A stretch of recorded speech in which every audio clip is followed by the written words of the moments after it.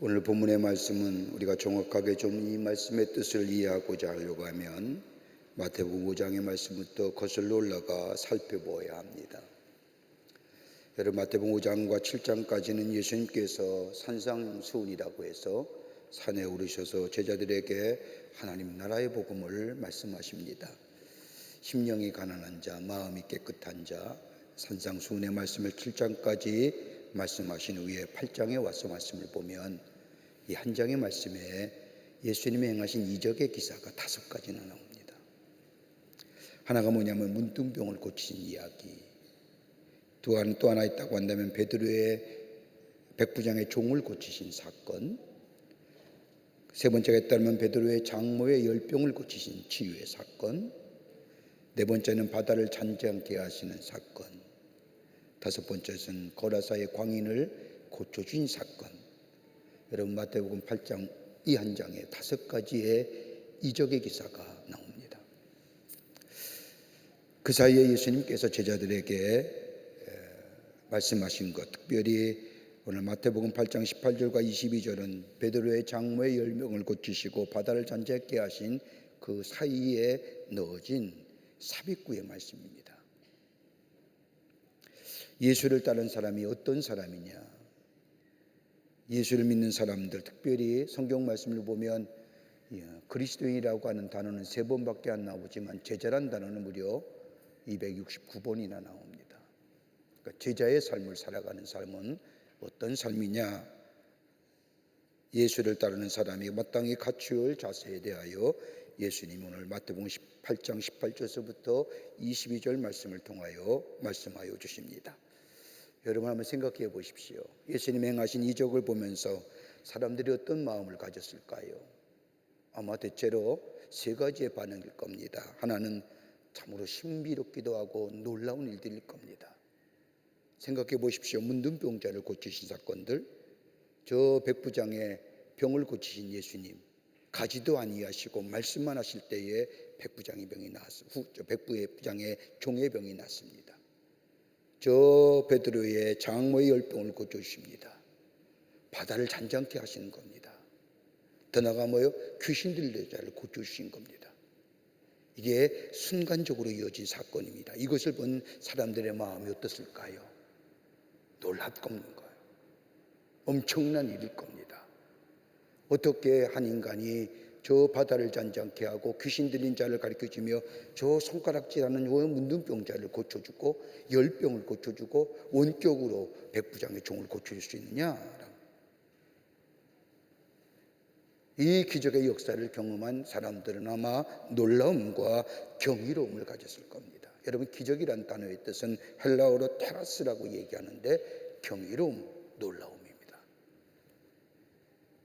일반적인 사람으로 생각하기에 경험으로는 납득이 안 되는 일입니다. 아니, 납득할 수가 없습니다.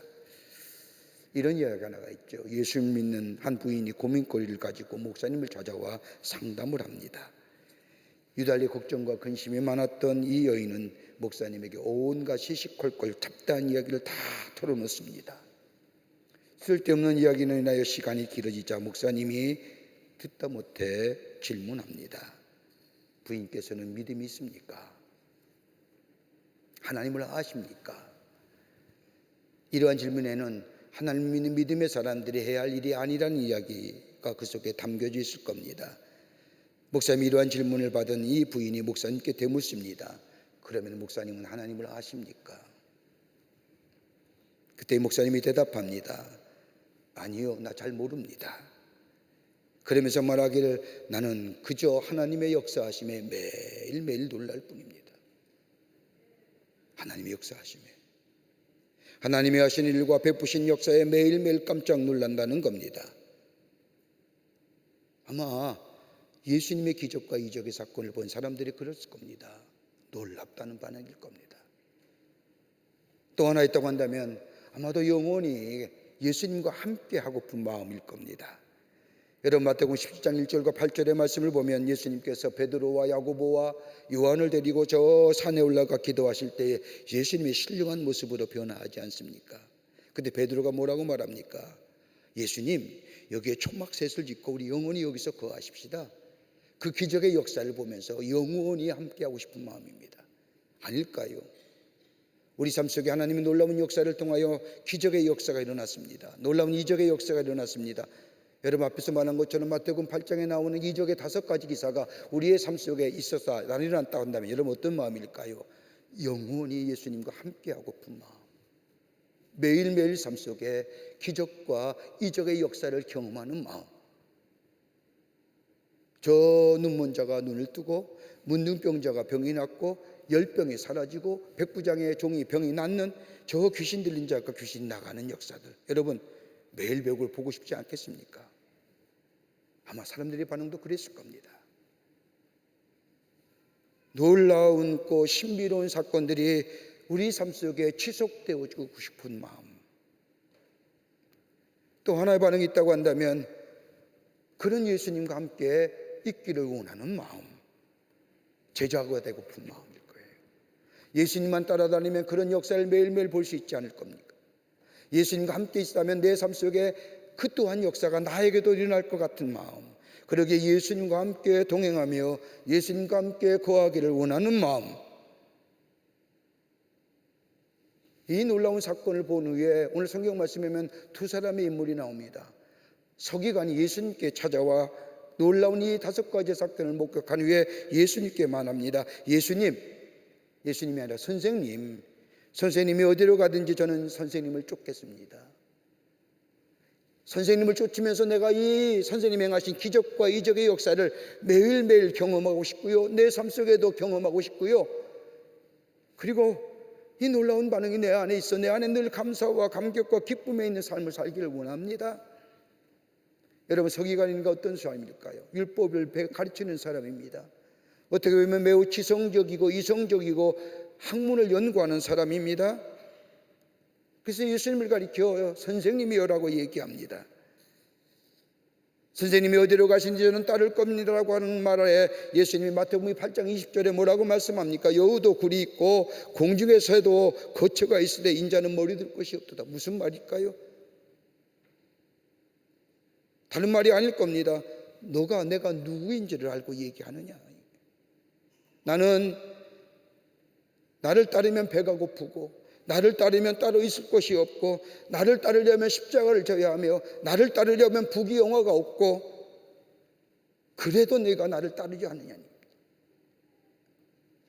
예수님의 거처가 없고 예수님의 거하실 장소가 없고 머리 둘 것이 없다는 얘기는 다름이 아니라 이 서기관에게 하시는 말씀입니다. 야, 나를 따르면 배도 고프고 나를 따르면 있을 것도 없고 나를 따르면 십자가를 져야 되면 나를 따르면 부귀영화도 없는데 그래도 네가 나를 따를 수 있겠느냐.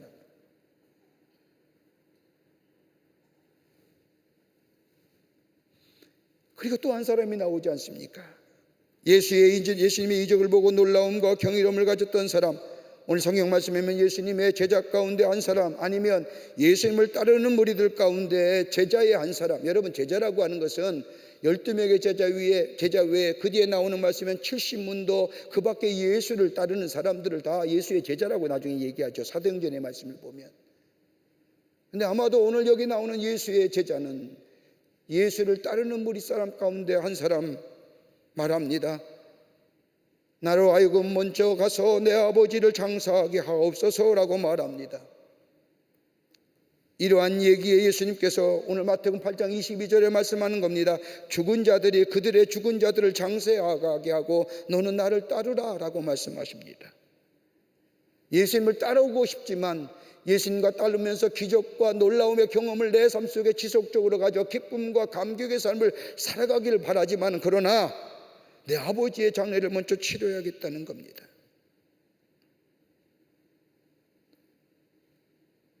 무조건 따른다고 하는 서기관에는 여러 가지 불편한 것들을 말씀하시면서 네가 그것들을 받아들일 수 있겠느냐 생각해 보아라 라고 말씀하시는데, 오늘 제자에게는 아버지의 장례를 치고 따른다고 하는 이 제자에게는 뭐라고 얘기합니까? 야, 그런 소리 하지 말고 먼저 따르라 라고 얘기하십니다.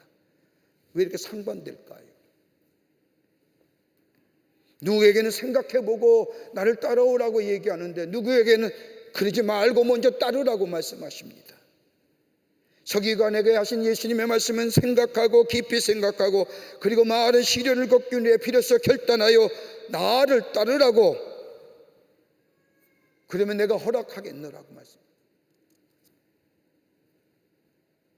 즉흥적으로 예수님이 행하신 이적과 기적만을 보고 따르겠다고 하는 이 성경의 결심을 한순간에 무너뜨리지만은, 제자 중에 한 사람, 아버지의 장례를 치른 후에 예수님을 따르겠다고 하는 이 제자의 말은, 야, 그런 소리 하지 말고 죽은 자들이 그들의 죽은 자들을 장사하게 하고 너는 먼저 나를 따르라고 말씀합니다. 여러분, 따른다는 게 무슨 의미일까요? 우리 모두가 예수님을 우리의 삶의 주인 삼고 예수님을 따라가는 삶일 겁니다. 그리스도인이라면 따른다고 하는 것은 다름이 아니라 예수님을 우리의 삶의 주인 삼고 예수님의 말씀을 우리 마음에 새기고 우리의 삶의 자리에서 예수님이 하신 말씀을 살아내려고 하는 사람일 겁니다. 이게 따른다는 겁니다. 팔로우 한다는 겁니다. 여러분, 예수님을 따른다고 하는 것은 두 가지의 의미로 크게 나눠볼 수 있을 겁니다. 하나는 일반적 의미입니다. 예수를 믿고 구원을 받고 하나님 나라의 천국 백성으로 살다가 예수님께서 약속하신 하나님 나라에 들어가는 삶, 내 삶의 자리에서 내게 주신 분깃대로 최선의 삶을 살며 내 삶을 통하여 하나님을 증거하며 하나님의 영광을 나타내는 삶, 지금으로 말하면 쉽게 얘기하면 파트타임 잡입니다. 또 하나 따른다는 의미에서 특별한 의미가 있습니다. 그건 다름이 아니라 제자를 말하는 것이 아니라 예수와 함께 살고 예수와 함께 먹고 예수와 함께 따르고 예수와 함께 복음을 전하는 사람, 전적으로 하나님 앞에 헌신하는 사람, 풀타임입니다. 목사와 전도사임을 얘기합니다. 이와 같은 따른다는 것에서는 그저 아무런 의미 없이 생각 없이 따르는 것이 아니라 여러분, 결단이 필요한 것이요, 굳은 각오가 필요한 것이요, 즉흥적으로 결단하는 것이 아니라 기도하고 깊이 생각하며 굳은 각오의 결단이 있게 될 때에 예수를 따르는 인생 됩니다. 여러분 예수 믿기 전에, 예수 믿기로 결단하기 전에 이런 마음이 어떤 마음이었을까요? 걱정과 염려는 없었을까요? 내가 예수 믿으면 어떻게 될까? 내 남편은 예수 안 믿는데 내가 예수 믿으면 우리 집에 드리던 제사는 어떡할까? 내가 예수 믿게 되면 내 가족과의 관계는 어떻게 될까? 이런 생각 안 하고 예수 믿으셨습니까?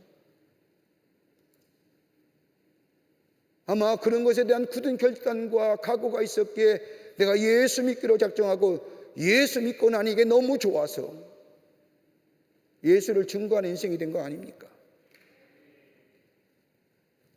아멘 하시는 거예요, 지금 때는.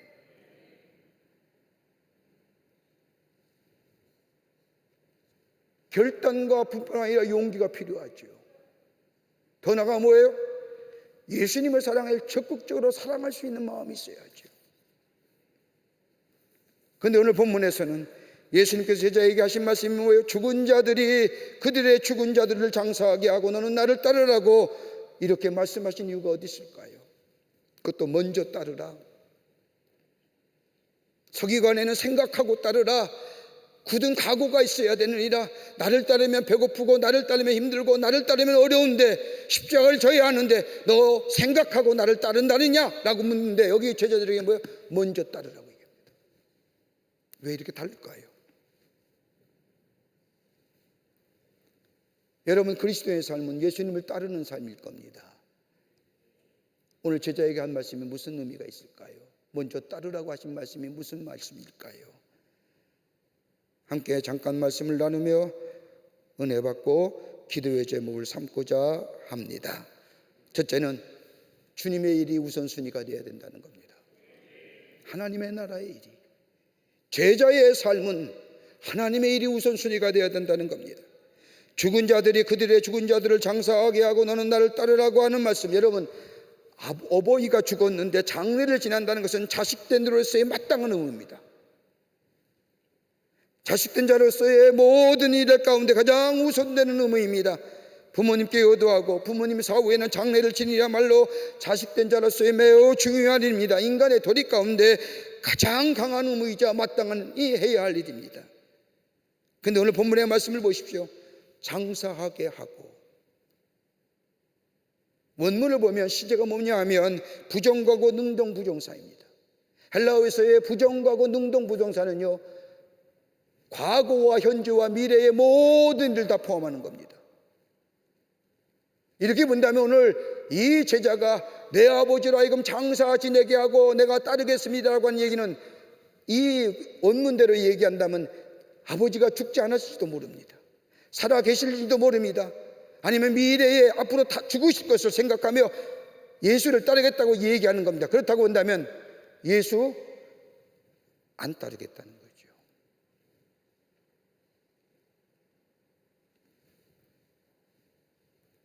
내 아버지를 장사하게 허락하옵소서는 말은 내 아버지가 죽고 난 후에 아직은 안 죽었는지도 모릅니다. 이미 죽었는지도 모릅니다. 장래가 있을지도 모릅니다. 아버지가 죽은 후에 내가 따르겠습니다. 나중에 따르겠다는 말입니다. 그런데 이러한 말을 듣는 예수님께서 마태복음 8장 22절의 말씀을 보면 죽은 자들이 그들의 죽은 자들을 장사하게 하고 너는 나를 따르라. 여기서 죽은 자들이 그들의 죽은 자들을 장사하게 하고, 여기서 죽은 자들이 어떤 자들일까요? 죽은 자들이 죽은 자들을 장사한다는 영적으로 죽은 자입니다. 자연인입니다. 세상에 속한 자들을 얘기합니다. 하나님을 모르는 자입니다. 여러분, 장래가 산 자를 위한 겁니까? 죽은 자를 위한 일일까요? 죽은 자를 위한 일입니다. 장래는 이미 끝난 자들을 위한 일입니다. 그러니 장래는 자유는 즉 하나님에 대한 믿음과 하나님의 말씀에 대한 순종이 없는 자들로 장사하게 하고 너는 나를 따르라는 겁니다. 뭘까요? 하나님 나라의 생명의 복음을 전하는, 살아있는 자에게 생명을 복음을 전하는 일이 먼저가 돼야 된다는 겁니다. 누가요? 그리스도인들이요. 구원받고 영원한 생명을 얻는 것이 먼저라는 겁니다. 부모의 장례를 치르지 말라는 이야기가 아닙니다. 이거보다 더 중요한 것이 있다면 살아있는 자들에게 생명의 복음을 전하는 일, 생명으로 인도하는 일이 더 중요하다는 겁니다. 장례는요, 죽은 자를 위한 것이고 복음은 뭐예요? 살아있는 생명을 위한 자들. 여러분, 사무엘상 12장의 말씀을 보면 밧세바의 잘못된 관계로 태어난 다윗의 아들, 하나님께서는 죄를 물으시며 그 태어난 애들을 데려가시겠다고 말씀합니다. 이러한 말씀을 듣는 다윗은 죽어가는 아들을 위해 베옷을 입고 금식하며 기도합니다. 그런데 아들이 죽었습니다. 신하가 다윗에게 얘기를 못합니다. 머뭇거립니다. 다윗은 가만히 분위기를 보니까 아들이 죽은 것 같습니다. 묻습니다. 아들이 죽었느냐? 예, 죽었습니다 라고 하자 다윗은 의복을 정리하고 하나님 앞에 경배드리기 위해 음식상을 차려놓고 음식을 먹습니다. 신하가 의아해합니다. 그래서 다윗은 사무엘하 12장 22절과 23절의 말씀을 보면 이르되 아이가 살았을 때 내가 금식하고 온 것은 혹시 여호와께서 나를 불쌍히 여기사 아이를 살려주실는지 누가 알까 생각함이거니와 지금은 죽었으니 내가 어찌 금식하랴. 내가 다시 돌아올 수 있게 할 수 있느냐. 나는 그에게로 가려니와 그는 내게로 돌아오지 아니하니라 하니라는 겁니다. 그리스도인의 죽음에 관한 얘기입니다. 죽음을 어떻게 바라보느냐는 겁니다. 기가 막힌 표현 아닙니까? 나는 그에게로 가려니와 그는 절대로 내게로 오지 아니하리라.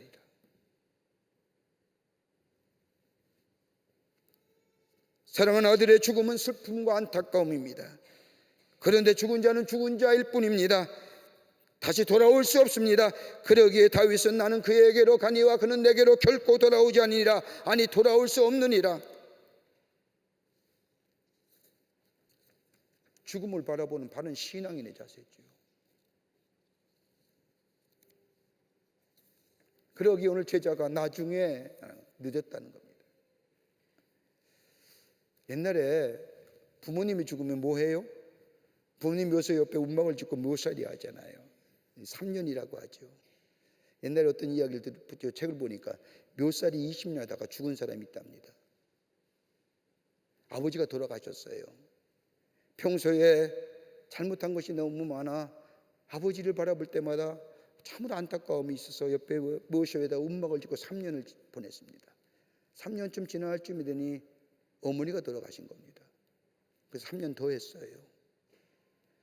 어머니가 돌아가신 후 얼마 지난 후에 삼촌이 죽은 겁니다. 근데 삼촌이 혈육이 없는 겁니다. 자손이. 자기가 장손입니다. 그래서 삼촌을 위해서 3년 지기했습니다. 3년이 지난 후에 장모가 죽은 겁니다. 장모가 죽으니 아들이 없는 겁니다.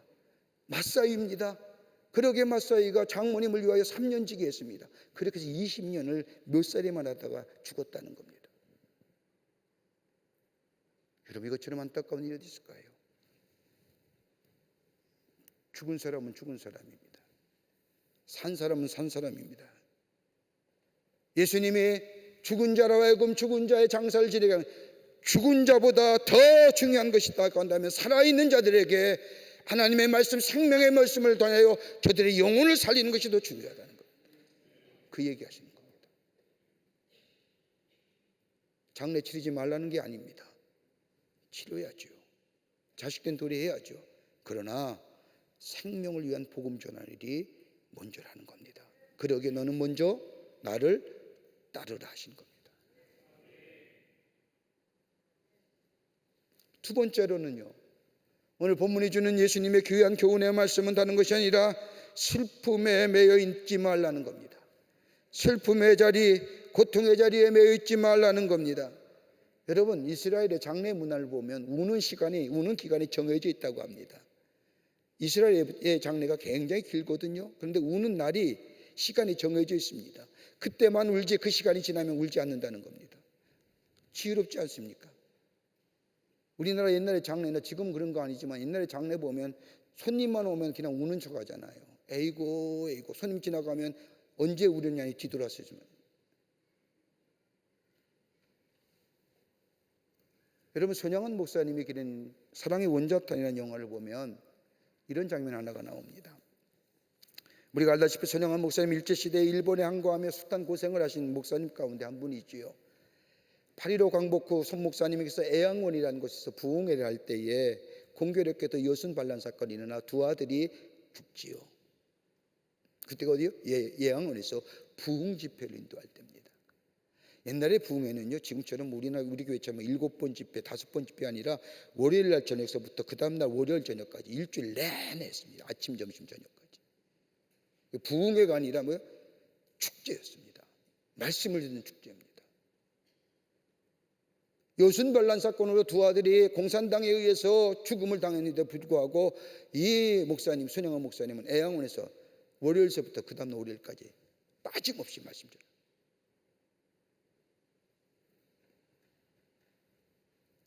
소식을 듣고서도 목사님은 꿈쩍하지 않으시고 끝까지 부흥회를 인도하셨다는 겁니다. 예수님이 말씀 아닐까요? 죽은 자들로 하여금, 죽은 자들로 저희 죽은 자를 장사하게 하고 너는 나를 쫓으라고. 다른 말로 말하면 슬픔에 매여 있지 말라는 겁니다. 여러분, 아버지를 장사 지낸다는 것은 엄청난 슬픔이요 그 자체입니다. 슬픔을 떨쳐버리고 죽은 자의 장사는 저 자연인들에게 맡겨놓고 너는 나를 따르라는 겁니다. 여러분, 생명만큼 중요한 게 어디 있을까요? 예수님도 천하보다 귀한 그 생명이라고 했습니다. 왜요? 생명이 있을 때에 복음이 증거되고 저들이 복음을 받아들일 때에 그에게 뭐예요? 영원한 생명이 있는 거예요. 영원히 사는 역사가 있기 때문에.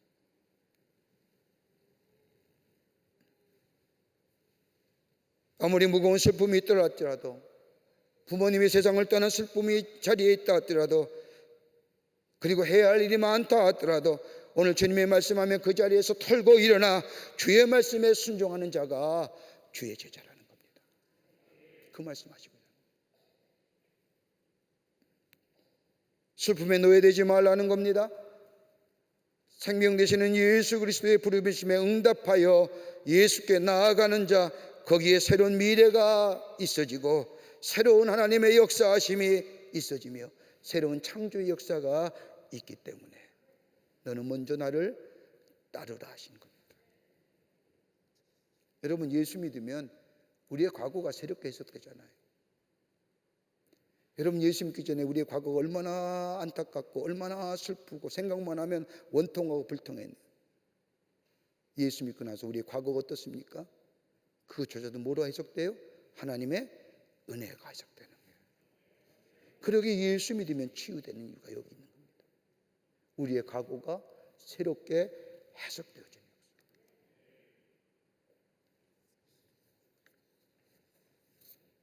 또 하나 오늘 본문의 말씀이 주는 영적인 교훈 하나가 있습니다. 미래지향적인 삶을 위하여 결단하는 겁니다. 먼저 따르라고 하는 것은 뭐예요? 미래지향적인 삶을 위하여 지금 결단하라는 겁니다. 여러분, 죽음의 문제는 인간이 해결할 수 없는 절대 한계입니다. 아무리 철학의 사조로, 아무리 경험으로, 아무리 뭐해도 인간의 죽음이라고 하는 것은 절대 해결하지 못하는, 해석하지 못할 뭐예요? 한계입니다. 누구나 죽습니다. 죽음 앞에 모두가 다 평등합니다. 여러분, 죽음은 육체적인 죽음과 더불어 정신적인 죽음과 더불어 영적인 죽음이 있습니다. 몸의 죽은 사람이 있는가 하면 마음의 죽은 사람이 있고 영적으로 죽은 사람이 있습니다. 영적으로 죽은 사람이 뭘까요? 하나님을 모르고 사는 사람입니다. 영이 죽은 거죠. 여러분, 하나님의 창세기의 말씀을 보면 하나님의 세상을 창조하시기 위해 마지막 인간을 창조하시고 당신의 형상대로 빚으신 후에 뭘 넣었어요? 하나님의 생기를 넣었어요. 루하우예요. 생기가 들어갈 때에 비로소 뭐예요? 하나님과의 관계성이, 하나님의 창조물이, 하나님의 자녀됨의 역사가 있는데 뭐로 단절됐어요? 죄로. 죄의 문제가 해결되지 않고는 우리의 영이 살지 않는 거예요. 죄의 문제는 어떻게 해결돼요? 예수 그리스도의 십자가의 은혜, 대속의 죽음을 내가 영접하고 믿게 될 때에 그 십자가의 보혈이 우리의 죄를 사해주고 하나님과 우리의 관계가 회복의 역사가 일어나는 거예요. 그럴 때 뭐예요? 영이 살아있는 거예요. 그 안에 성령의 역사가 임하게 됩니다. 성령이 우리의 삶을 인도해 갑니다. 그 성령이 있을 때에 바른 분별력과 바른 판단력을 가지고 바른 결단력을 가지고 종국적으로 뭐예요? 하나님의 영광을 위해 사는 인생이 됩니다. 이게 예수 믿는다는 거예요. 그리스도인. 그러니까 영이 죽은 건 뭐예요? 하나님의 은총이 끊겨진 겁니다. 몸은 살아있는지 모르지만은 영이 죽은 것은 뭐예요? 하나님의 은총이 끊어진 겁니다. 아니면 하나님의 은총이 끊어졌다는 게 얼마나 불쌍한 거예요. 오늘 예수님이 그 얘기하시는 겁니다. 육체로 죽은 사람과 영으로 죽은 사람들끼리 장례하고 너는 살아있으니 산 사람에게 복음 전해야 되죠.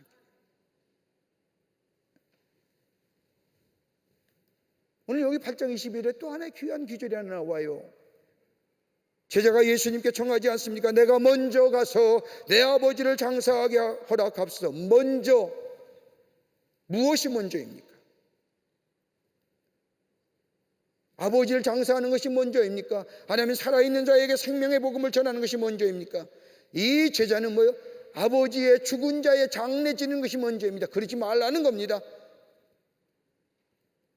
살아있는 자에게 생명의 말씀을 전하고 영혼을 살리는 것이 먼저지, 죽은 자는 뭐예요?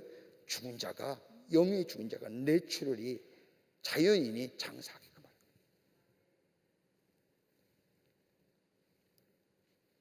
앞을 내다보는 믿음이지요. 미래지향적인 신앙입니다. 멀리 내다보는 신앙입니다. 지금 눈앞에 있는 것을 가지고 안타까웠고 슬퍼하는 것이 아니라 저 미래, 저 다가올 미래를 향하여 나아가라는 겁니다. 지금에 있는 자리에서 슬퍼하거나 지금 있는 자리에서 애달파하거나 지금에 있는 너의 삶의 문제 가지고 벌벌복걸하지 말고 먼저 예수의 말씀에 순종하고 따라 나서는 삶 때에 너의 미래가 뭐예요? 밝게지게 가는 거예요. 그 말씀이죠. 마가복음 10장 29절부터 30절의 말씀을 보면 예수님께서 베드로에게 말씀하시지요. 내가 진실로 너에게 이르노니 나의 복음을 위하여 집이나 형제나 자매나 어머니나 아버지나 자식이나 전토를 벌인 자는 현재 있어 집과 형제와 자매와 어머니와 자식과 전토를 100배 받되 박해를 겸하여 받고 내세의 영생을 받지 못할 자가 없느니라. 이 말씀 어떤 말씀이에요? 베드로가 예수님께 와서 묻습니다. 예수님이 십자가에 달려 돌아가신다고 하니까 예수님께 와서 따져 묻는 겁니다. 예수님, 제가 다 버리고 예수 믿었는데 내가 다 놓고, 여러분 베드로 보세요. 자기가 가지고 있던 자기가 가졌던 배, 그물, 생계수단 다 내려놓고 예수 따랐습니다.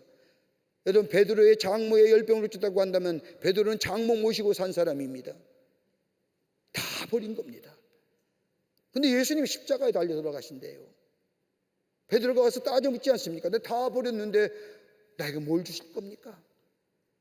내가 다 희생감을 살았는데 나에게 뭘 주실 겁니까? 할 때 예수님이 이 말씀하시는 겁니다.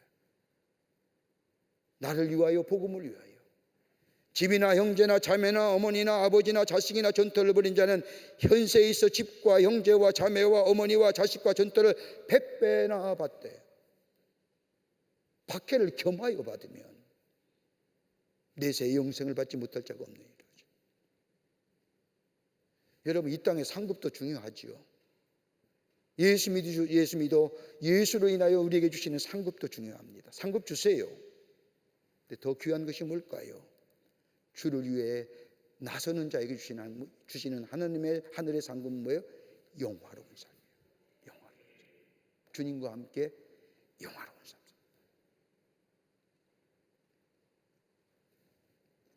그러기에 우리의 삶에 있어서의 그리스도인의 삶에 있어서의 우선순위가 뭐냐? 예수 그리스도입니다. 예? 그것이 먼저여야 됩니다. 예수를 믿게 될 때 슬픔의 감정에 매여 있지 아니하고 먼저 예수를 따라 나설 때에 우리의 슬픔과 우리의 고통과 우리의 괴로움과 우리의 염려는 뭐예요? 사라지게 됩니다. 그리고 우리의 삶이 미래의 하나님의 약속의 축복을 향하여 나아가는, 그러기에 뭐예요? 먼저 너는 나를 따르라 하시는 겁니다. 오늘 우리의 삶이 예수 그리스도가 우리의 삶의 우선순위가 되는 삶, 그리고 우리의 자리에 매여 있는 것이 아니라 예수를 바라보고 예수를 따라 나서는 삶, 거기에 우리의 미래가 하나님의 약속의 성취로 채워질 뿐만 아니라 우리의 삶이 이 땅에서의 상급을 누릴 뿐만 아니라 저 하나님 나라의 영화로운 삶으로 살아가는 복된 하나님의 백성의 제자의 삶, 그리스도인의 삶을 살아가게 될 줄 믿습니다. 이런 믿음의 결단이 있어지는 여러분과 저와 되시기를 주의 이름으로 축복합니다. 하나님 감사합니다. 저희들 주께서 사랑해 주셔서 하나님의 사람으로 불러주심에 감사합니다. 그 부르심에 오늘도 우리를 부르실 터인데 주저하며 그리고 머뭇거릴 때가 얼마나 많은지요. 먼저 따르는 자 되게 하여 주시옵소서. 말씀에 순종하는 자가 되게 하여 주시옵소서. 아버지 하나님이여, 슬픔과 고통의 자리에 연연하는 것이 아니라 거기에 안타까움을 가지고 원망과 불평의 자리가 아니라 일어서서 주님을 따름으로 인하여 새로운 하나님의 변화의 역사를 경험하게 되게 하여 주시며 미래의 하나님의 축복의 역사를 바라보며 우리의 걸음을 굳세게 걸어갈 수 있도록 주께서 도우시고 인도하여 주시옵소서. 주의 복된 초점에 마다하지 않게 하여 주시옵소서. 결단하고 용기 있게 일어서 예수를 따라가는 자들이 되게 하여 주시옵소서. 성령이 도우실 줄 믿으며 예수님의 이름으로 기도하옵나이다. 아멘.